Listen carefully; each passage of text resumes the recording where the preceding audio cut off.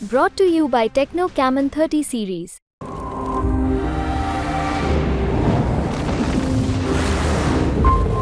BJP के जो विधायक और मंत्री उनकी कितनी शाख लगी हुई है दांव पर? देखिए, सुनने में ये भी आ रहे हैं कि बीजेपी के तमाम विधायक हैं, क्योंकि यहाँ पर जो बाड़मेर जैसलमेर 8 जो विधानसभा क्षेत्र आती हैं उसमें से शिव को आप अगर छोड़ दें और बाइतू को छोड़ दें, बाकी तमाम 6 सीटों पर बीजेपी के जो विधायक हैं उन सबको ये था कि आपकी अलग अलग जो आपकी विधानसभा है उनमें आपको अपने जितना वोट लाए उतना तो लाना ही पड़ेगा। ये उनके लिए एक बड़ा टास्क था। लेकिन आखिरकार मुझे ये लगता है कि बीजेपी के कई विधायकों के लिए खतरे की घंटी है। वो जितना उनको टारगेट दिया, हालांकि 1-2 विधायक ने अपना काम कर दिया है जो उनको टास्क मिला था, लेकिन आधे से अधिक विधायकों को अपना टास्क वो पूरा नहीं कर पाए। एक चीज बताओ, महिला वोटर है वो बड़ी अहम है। शानदार महिलाओं की वोटिंग हुई है। या तो वो महिलाओं की वोटिंग मोदी के नाम पर होती है, क्योंकि ऐसा माना जाता है कि मोदी का एक मोटा वोट बैंक महिलाएं। इस बार क्या देखने को मिला? देखिए, बाड़मेर जैसलमेर में इस बार जो वोटिंग हुई, 16,75,000 मतदाताओं ने जो वोट कास्ट किए हैं उसमें सबसे साइलेंट वोटर्स अभी तक आज दिन तक अगर कोई हैं तो वो महिला वोटर्स हैं। महिला वोटर्स इस बार जिस तरफ भी गई है, अगर आप यकीन मानिए कि महिला वोटर्स अगर प्रधानमंत्री नरेंद्र मोदी जैसे गैस सिलेंडर तमाम बातें हुई उसको लेकर गई और एक तरफ से मूव हुआ है, तो कहीं ना कहीं ये भी जो परिणाम। रविंद्र सिंह भाटी की जो रैलियां थी उसमें भी महिलाएं आती थी, पहली बार इतना देखने को मिला। ये भी अपने आप में कहीं ना कहीं बीजेपी और कांग्रेस के लिए ये खास बात है, क्योंकि रविंद्र सिंह भाटी की फैन फॉलोइंग जो है वो हर वर्ग में दिखी, चाहे महिला हो, चाहे बुजुर्ग हो, चाहे बच्चे हो, तमाम वर्ग में ये रविंद्र सिंह भाटी की फैन फॉलोइंग दिखी। और वो फैन फॉलोइंग देखिए, अगर कुछ चीज़ों को छोड़ दें तो रविंद्र सिंह भाटी और प्रधानमंत्री नरेंद्र मोदी को लेकर ही कहा जा रहा है कि महिलाओं का जो अधिकतर वोट है कास्ट हुए वो इन दोनों तरफ हुए होंगे। तो ये अब देखने वाली बात होगी, क्योंकि साइलेंट वोट थे। अब 4 तारीख को पूरी स्थिति क्लियर। एक और चीज़ जो बड़ी नजर आई कि 26 तारीख का जो वोट था उससे 3-4 दिन पहले जिस तरीके से जो रविंद्र सिंह भाटी का जो एक माहौल चल रहा था, 20-22 तारीख 26 तारीख आते आते वो कहीं ना कहीं थोड़ा सा धीमा पड़ा। कांग्रेस थोड़ी मजबूत हुई। इस बात में कितनी सच्चाई? इस बात से अंदाजा आप लगा सकते हैं कि उन्होंने रोड शो किया था। रविंद्र सिंह भाटी ने रोड शो किया, वोट का जिस दिन वोट कास्ट उससे 2 दिन पहले 24 को उनका 23 को उनका रोड कास्ट था और 24 को उम्मीद राम बेनीवाल का रोड शो था। इन दोनों रोड शो को देख करके अंदाजा लगा सकते हैं कि जो है वो कहीं ना कहीं रविंद्र सिंह भाटी के प्रचार थी या फिर फॉलोइंग थी। हालांकि वो उनकी ओर से ये तर्क भी है, जब हमने ये सवाल किया कि भाई कैसे रोड शो, उनका उम्मीद राम बेनीवाल का रोड शो काफ़ी अधिक संख्या में लोग आए थे। उन्होंने कहा था हमने तो सिर्फ बाड़मेर विधानसभा के जो लोग हैं उनको बुलाए थे, हमने अलग अलग जगह बालोतरा में रोड शो किया, जैसलमेर में रोड शो किया, गुड़ामाला ने, या तमाम जगहों पर किए, तो ये सिर्फ बाड़मेर विधानसभा के थे। और उम्मीद राम बेनीवाल की अगर हमने इस रोड शो को लेकर पूछा गया तो उनका ये कहना है कि ये तो लोगों का समर्थन है, हम जहां खड़े होते हैं हमारे साथ लोग खड़े हो जाते हैं। अच्छा, ये एक चीज बताइए, 2019 का जो चुनाव था उस वक्त ऐसा कहा जाता था कि 25 में से एक ही सीट है बाड़मेर जो कांग्रेस जीत रही है, एंड तक जब तक काउंटिंग नहीं हुई थी कैलाश चौधरी के बाद। इस बार क्या लगता है कि उसी तरीके का माहौल है या कैलाश चौधरी को एकदम आउट करना कहीं जल्दबाजी होगी? राजस्थान ही नहीं, पूरे देश के अंदर सबसे ज्यादा अगर जो कोई चर्चित सीट है वो बाड़मेर जैसलमेर है। आज शाम को 6 बजे के बाद में एग्जिट पोल आना स्टार्ट हो जाएगा और उससे पहले हम ये जानने की कोशिश कर रहे हैं। हमारे साथ में इस वक्त वरिष्ठ पत्रकार अशोक शेरा मौजूद है, जो कि आप देखिए लगातार बाड़मेर हो, जैसलमेर हो या पूरे राजस्थान के अंदर घूमते रहते हैं। तमाम तरीके से एक लंबी इनकी फ्रेंड फॉलोइंग है। ग्राउंड पर जाकर पिछले 2 महीने 3 महीने से लगातार कोशिश कर रहे हैं। इन तमाम चीज़ों को 1 महीने में वोटिंग के बाद में क्या पैटर्न सामने आया, कौन सी विधानसभा पे कौन आगे रह सकता है, किसके बीच में टक्कर है, बीजेपी का खेल कहाँ खराब होगा, कांग्रेस जीतेगी, इन तमाम मुद्दों पर अशोक से बात करेंगे। अशोक, सबसे पहले ये जो चुनाव था, इस चुनाव के अंदर आपने क्या नया देखा? तमाम तरीके से जो वोट कास्ट हुआ, क्योंकि ऐसा बताते हैं कि 72 साल का रिकॉर्ड है वो टूट गया।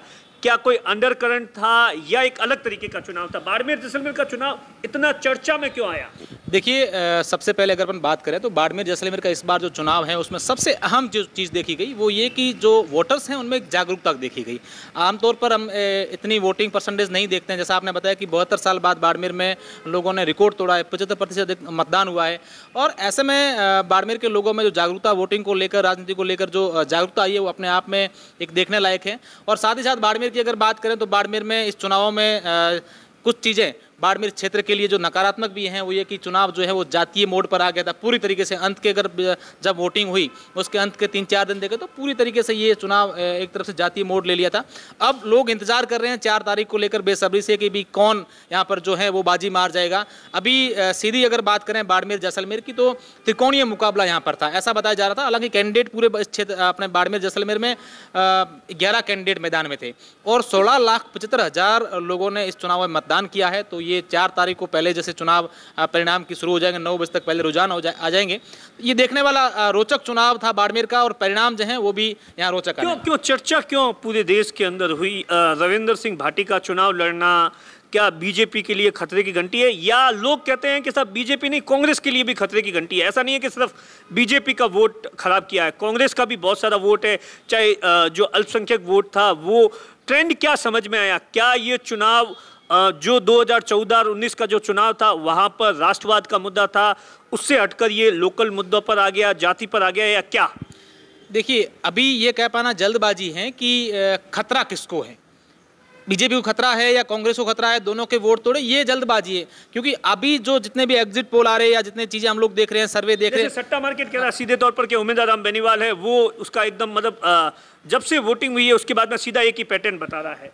जमीनी हकीकत ऐसी नहीं है। उम्मीदवार राम और अगर आज की अगर बात करें तो एग्जिट पोल हालांकि आने हैं, ये एग्जिट पोल से कहने उससे पहले कहना ये जल्दबाजी है, ठीक नहीं होगा कहना।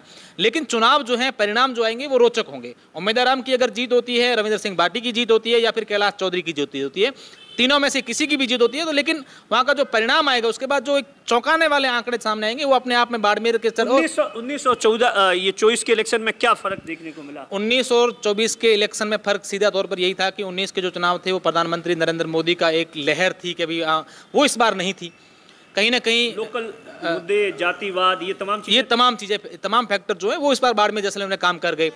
बाड़मेर को लेकर शिक्षा की अगर बात करें तो उम्मीदवार राम का जो फोकस था वो मूल रूप से शिक्षा पर था। रविंद्र सिंह भाटी का जो मुद्दा था वो युवाओं को रोजगार है, जो मूल समस्याएं हैं उनको लेकर तमाम वोट मांगे गए। कैलाश चौधरी ने राष्ट्रवाद, राम मंदिर और देश के विकास को लेकर तमाम बातें की। बाड़मेर के एयरपोर्ट की भी बातें हुई, रेलवे स्टेशन की विभिन्न प्रकार की रेल सेवाएं शुरू करने की बातें हुई। तो ये तमाम चीज़ें सामने आई। लेकिन कहीं ना कहीं कैलाश चौधरी को जब से टिकट उनका फाइनल हुआ और उसके बाद से कुछ दिनों की उनकी जो देरी हुई प्रचार में आने की, वो उनको उस चीज़ के लिए काफ़ी संघर्ष करना पड़ा। उसके बाद कांग्रेस में ये था कि भी कांग्रेस में कौन चुनाव लड़ेगा। पहले हेमाराम चौधरी का नाम आया, फिर हरीश चौधरी का नाम आया, फिर 2-3 नए नाम भी आए जैसे लक्ष्मण गोदारा का नाम आया, प्रभा चौधरी का नाम आया, तमाम प्रकार की चीज़ें हुई। लेकिन आखिरकार उम्मीदवार राम बेनीवाल जिन्होंने 2023 में हरीश चौधरी के सामने विधानसभा के चुनाव लड़े, बहुत ही कम मार्जिन से वो हारे थे, महज 900 वोटों से हारे थे। और उसके बाद लगातार दो टर्म्स में वो हारे, 2018 में भी और 23 में।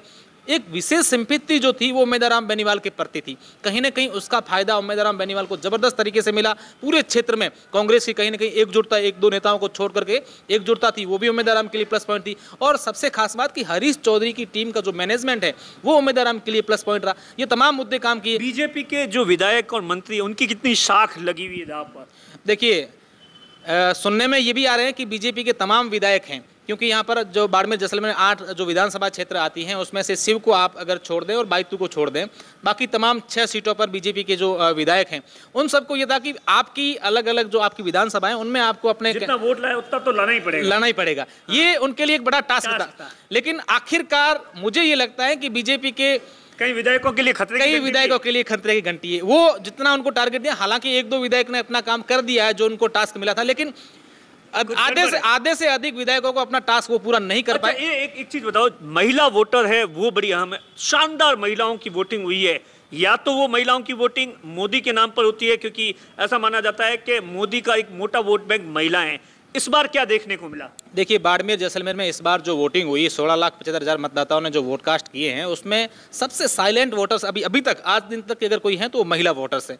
महिला वोटर्स इस बार जिस तरफ भी गई है, अगर आप यकीन मानिए कि महिला वोटर्स अगर प्रधानमंत्री नरेंद्र मोदी जैसे गैस सिलेंडर तमाम बातें हुई उसको लेकर गई और एक तरफ से मूव हुआ है, तो कहीं ना कहीं ये भी जो परिणाम। रविंद्र सिंह भाटी की जो रैलियां थी उसमें भी महिलाएं आती थी, पहली बार इतना देखने को मिला। ये भी अपने आप में कहीं ना कहीं बीजेपी और कांग्रेस के लिए ये खास बात है, क्योंकि रविंद्र सिंह भाटी की फैन फॉलोइंग जो है वो हर वर्ग में दिखी, चाहे महिला हो, चाहे बुजुर्ग हो, चाहे बच्चे हो, तमाम वर्ग में ये रविंद्र सिंह भाटी की फैन फॉलोइंग दिखी। और वो फैन फॉलोइंग देखिए अगर कुछ चीज़ों को छोड़ दें तो रविंद्र सिंह भाटी और प्रधानमंत्री नरेंद्र मोदी को लेकर ही कहा जा रहा है कि महिलाओं का जो अधिकतर वोट है कास्ट हुए वो इन दोनों तरफ हुए होंगे। तो ये अब देखने वाली बात होगी, क्योंकि साइलेंट वोट थे।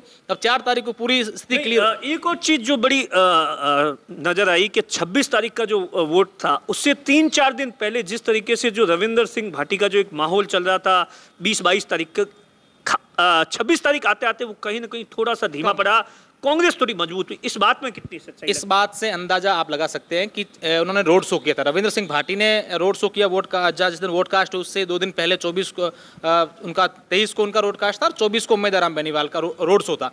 इन दोनों रोड शो को देख करके अंदाजा लगा सकते हैं कि जो है वो कहीं ना कहीं रविंद्र सिंह भाटी के प्रचार थी या फिर फॉलोइंग थी। हालांकि वो उनकी ओर से ये तर्क भी है, जब हमने ये सवाल किया कि भाई कैसे रोड शो, उनका उम्मीद राम बेनीवाल का रोड शो काफ़ी अधिक संख्या में लोग आए थे। उन्होंने कहा था हमने तो सिर्फ बाड़मेर विधानसभा के जो लोग हैं उनको बुलाए थे, हमने अलग अलग जगह बालोतरा में रोड शो किया, जैसलमेर में रोड शो किया, गुड़ामाला ने, या तमाम जगहों पर किए। तो ये सिर्फ बाड़मेर विधानसभा के थे। और उम्मीद राम बेनीवाल की अगर हमने इस रोड शो को लेकर पूछा गया तो उनका ये कहना है कि ये तो लोगों का समर्थन है, हम जहां खड़े होते हैं हमारे साथ लोग खड़े हो जाते हैं। अच्छा, ये एक चीज बताइए, 2019 का जो चुनाव था उस वक्त ऐसा कहा जाता था कि 25 में से एक ही सीट है बाड़मेर जो कांग्रेस जीत रही है, एंड तक जब तक काउंटिंग नहीं हुई थी कैलाश चौधरी के बाद। इस बार क्या लगता है कि उसी तरीके का माहौल है या कैलाश चौधरी को एकदम आउट करना कहीं जल्दबाजी होगी?